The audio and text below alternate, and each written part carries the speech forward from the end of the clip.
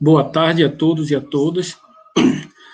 Como eu falei no início, quando eu criei esse canal, que nós iríamos tratar de política, de educação e de língua portuguesa.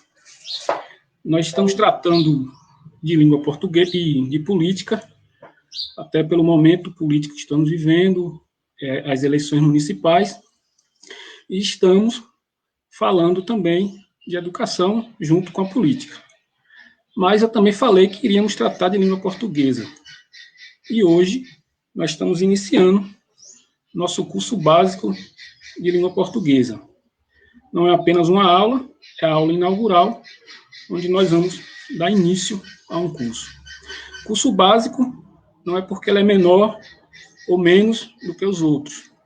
É porque nós pensamos em um curso para concurseiros, para quem quer fazer concurso. Então, básico é porque a gente vai pegar os assuntos básicos de língua portuguesa, que, como nós sabemos, caem em todos os concursos. Todos os concursos públicos têm língua portuguesa. Então, nós vamos pegar o básico, muda alguma coisa de um concurso para outro, nós vamos pegar o que frequentemente cai em língua portuguesa. Então, por isso, o curso básico, hoje, com nossa aula inaugural.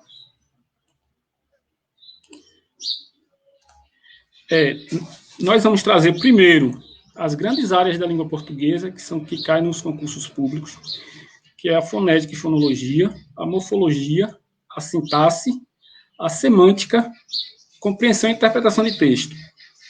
Do que é que trata a fonética e a fonologia?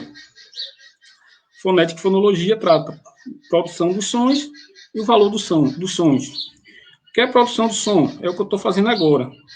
Toda vez que a gente fala, a gente produz os sons. Nós estamos produzindo sons. Então, a fonética trata dessa produção, de como é que esse som se elabora a partir do pulmão, pela laringe, pelas cordas vocais. Então, a fonética trata desse assunto. A fonologia trata do valor do som.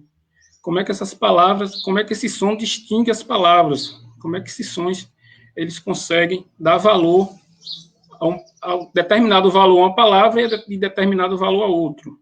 Um único som, ele muda o sentido de uma palavra. Por exemplo, você tem pata e pato. O A vai ser feminino e o O vai ser masculino. Então, esse único som muda o significado de masculino para feminino. Então, é isso que trata a fonética e a fonologia. O que é que cai em fonética e fonologia em provas de concurso? Cai em fonética e fonologia, na maior parte das vezes, cai questões de acentuação gráfica, em algumas áreas até separação silábica, acontece de cair em alguns concursos. Morfologia. Do que é que trata a morfologia? Duas coisas básicas que trata a morfologia: formação das palavras e classificação das palavras. A formação das palavras está no contexto de como é que essas palavras se constroem.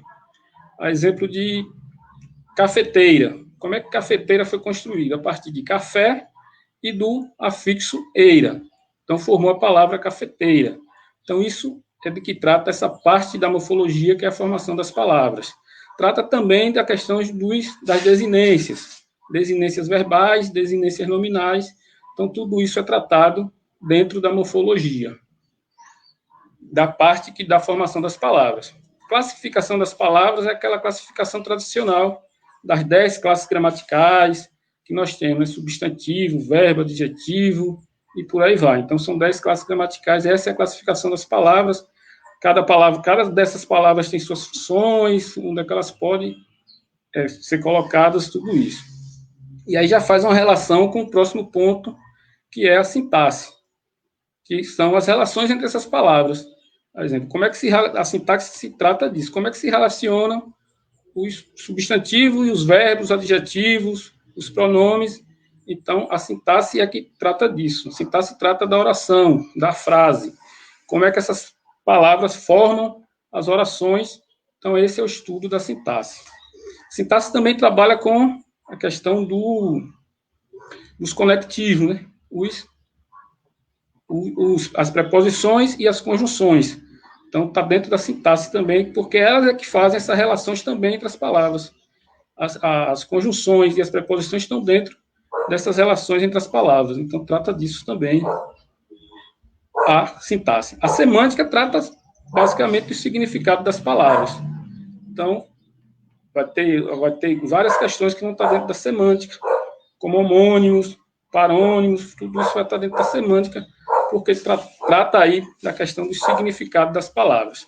Eu coloquei compreensão de texto aí no meio, propositalmente. Por quê? Porque dentro de todos esses 4 campos que eu falei aí, nós vamos trabalhar dentro dos textos, não vai se trabalhar isso solto. Acontece até de ter algumas questões que vêm soltas, mas é muito difícil hoje em dia. As questões vêm, na maioria de suas vezes, todas elas dentro de um texto. Então, por isso que eu coloquei compreensão e interpretação de texto no meio aí, porque ele vai estar em todos esses grandes campos aí da área de língua portuguesa. Nós vamos passar adiante.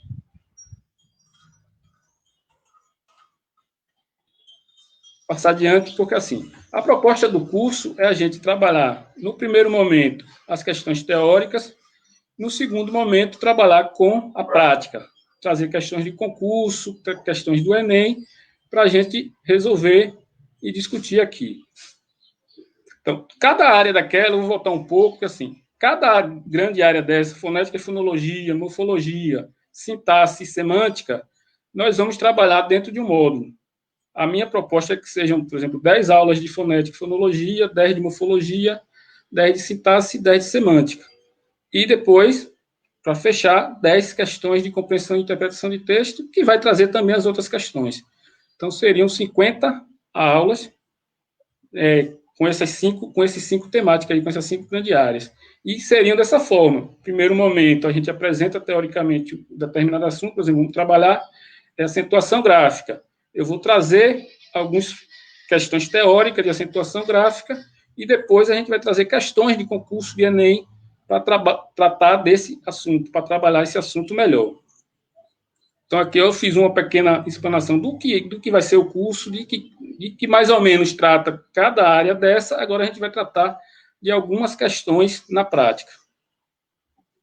A primeira questão traz aí. O trecho a seguir foi extraído de uma obra, Memórias do Cárcere, de Graciliano Ramos. Leia-o atentamente para responder a próxima questão. E aí eu já vou trazer um macete, depois que a gente resolver essa questão, vou trazer um macete sobre algumas questões de concurso. Nunca tivemos censura prévia em obra de arte. Efetivamente, se queimaram alguns livros, mas foram raríssimos.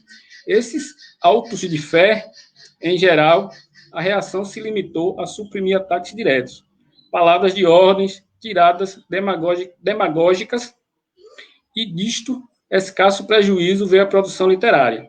Certos escritores se desculpam de não haverem forjado coisas excelentes por falta de liberdade. Talvez ingênuo recurso de justificar inércia ou preguiça. Liberdade completa ninguém desfruta.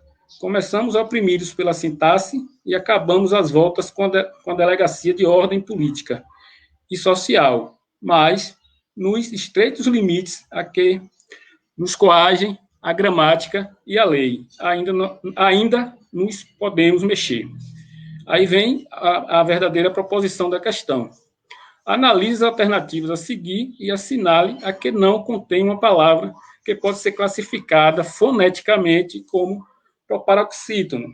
O macete que eu digo é o seguinte: primeiro leia, se for fazer concurso público, primeiro leia essa proposição, porque era desnecessária a leitura do texto para responder essa questão, porque a pergunta é direta, uma pergunta de fonética, fonologia aí, que é analise as alternativas a seguir e assinale a que não contém uma palavra que pode ser classificada foneticamente como proparoxítono. Não precisa ler o texto, ele dá as palavras aí. Gramática, raríssimo, efetivamente, e demagógicas. O que é que acontece? O que o concursando tem que saber aí é o que é proparoxítona. Porque se ele não souber o que é proparoxítona, ele não vai conseguir responder a questão. Então, proparoxítona são palavras que têm a antepenúltima sílaba tônica. Então, qual dessas palavras não tem o que ele quer ou não? Qual das 4 palavras não tem antepenúltima sílaba tônica? Então, e outro macete de proparoxítona é que toda palavra proparoxítona é acentuada. Então, por aí já dá para responder a questão. Então, gramática tem acento na penúltima sílaba, raríssimos a mesma coisa, e demagógicas também. A única que não tem esse acento, efetivamente. Se não tem acento, não pode ser proparoxítona. Isso já é outro macete. Assim, toda palavra proparoxítona, ela é acentuada. Então, a resposta aí é a letra C. A próxima questão é: considere as assertivas a seguir a respeito da palavra especialista. Essa questão está dentro do tema maior, que é morfologia, mas ela também traz um ponto aí de fonética e fonologia. É outra coisa que a gente tem que ter em mente na hora de responder questões de língua portuguesa. Ela não vem engessada em um assunto só. Elas trazem, muitas questões trazem diversos assuntos misturados. Então, ele pergunta aí: trata-se de um substantivo comum de 2 gêneros. Então, o que ele está perguntando? Se a palavra especialista é um substantivo comum de 2 gêneros. Aí a gente tem que saber o que é substantivo, o que é comum de 2 gêneros. Trata-se de uma palavra polissílaba e proparoxítona. Proparoxítona a gente já viu o que é. A palavra foi formada por derivação sufixal a partir do adjetivo especial. Quais estão as corretas? Então, são diversos assuntos aqui que, ao longo do curso, nós vamos tratar. É substantivo? É um substantivo. Especialista é um substantivo que dá nome a quem faz uma especialização em alguma coisa, ele é especialista. Então, está dando nome a essas pessoas que são especialistas. Essa palavra é comum de 2 gêneros. A gente diz o especialista e a especialista. Então, ela é comum de 2 gêneros. O especialista é especialista. Então, a primeira assertiva está correta.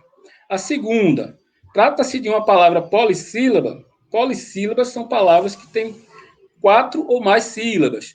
Então, ela é polissílaba. Mas ela é proparoxítona? Não é proparoxítona, porque, como a gente disse na questão anterior, toda palavra proparoxítona é acentuada. Para ela ser proparoxítona, ela teria que ser acentuada. Ela é uma palavra paroxítona. A palavra foi formada por derivação sufixal a partir do adjetivo especial. Então, ela foi formada a partir de uma derivação sufixal, porque ela vem de especial e a gente coloca istas, que é um sufixo. Então, a terceira assertiva também está correta. Aí fica simples responder a questão. É só ir lá embaixo e ver onde é que tem o que está correto. Então, a letra D, apenas a 1 e a 3 estão corretas. Essa questão é de sintaxe. Os fragmentos de texto abaixo foram publicados no jornal Correio da Paraíba, no dia 9 de fevereiro de 2020. Analise quanto à estrutura sintática os termos destacados em 1 e 2 e responda ao que se pede. São alarmantes entre americanos níveis de sentimento de solidão. 2. O Brasil ocupa o 2º lugar em número de casos de Hanseníase no mundo. Assinale a alternativa que apresenta, na sequência, a classificação correta para os termos destacados. Aí ele coloca sujeito simples pós-posto ao verbo. Ele está falando do termo destacado, níveis de sentimento de solidão e o Brasil. Ele bota, na letra A, sujeito simples pós-posto ao verbo e sujeito simples anteposto ao verbo. O Brasil aí está bem simples, né? O Brasil ocupa, o Brasil é um sujeito simples. Ele está antes do verbo, anteposto é porque ele está antes do verbo. Então, ele está antes do verbo, está antes do verbo. Então, a gente tem aí já uma parte simples da questão. Então, o Brasil é um sujeito simples anteposto ao verbo. Agora, o outro fica mais complicado. São alarmantes entre os americanos os níveis de sentimento de solidão. Aí ele coloca sujeito simples pós-posto ao verbo, sujeito composto pós-posto ao verbo, predicado verbal, predicado nominal e sujeito indeterminado. Então, ser sujeito indeterminado, o sujeito indeterminado não aparece na frase. Então, essa questão já está, essa letra já está sem condições, né? Predicado nominal, eu poderia até pensar nessa questão de ser um predicado nominal, porque ali a gente tem um verbo de ligação, o verbo dessa oração é são, é um verbo de ligação, poderia até se pensar em predicado nominal.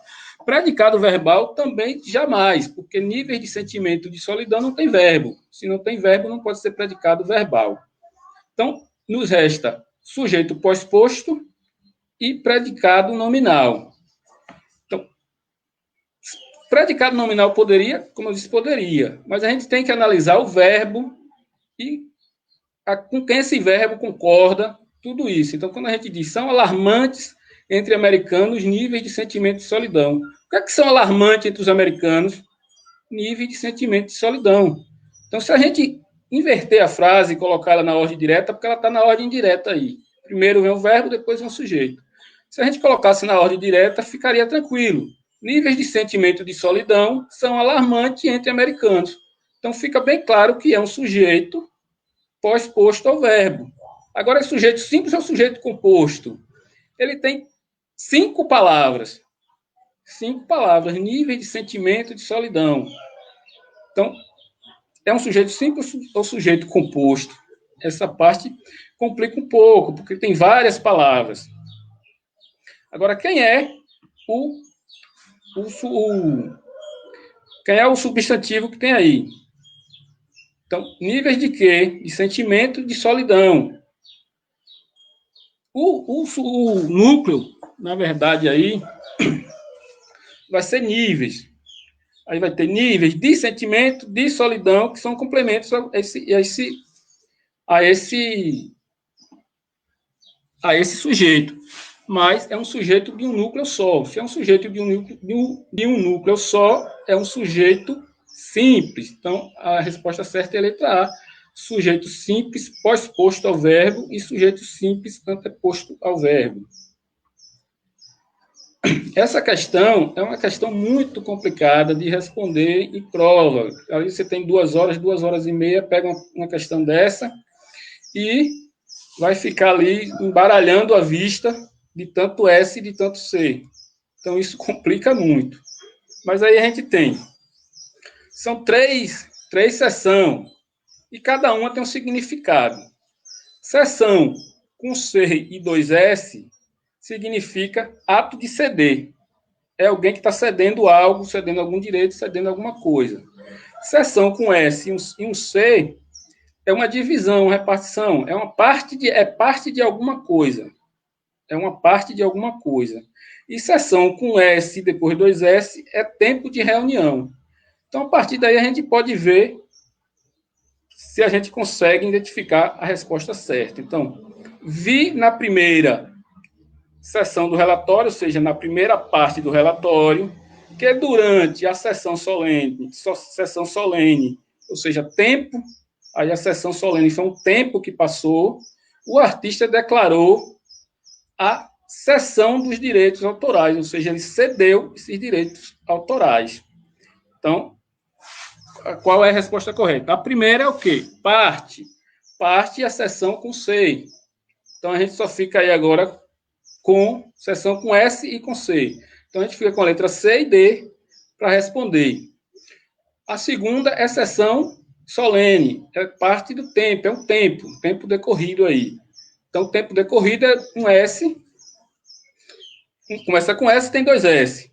E o último é a sessão que inicia com C, que é o ato de ceder algum direito. Então, a resposta correta é a letra D. Assinale a alternativa que não apresenta um sinônimo para o vocábulo vulnerabilidade. Aí ele tem fragilidade, fraqueza, insegurança, confiabilidade e indefensabilidade.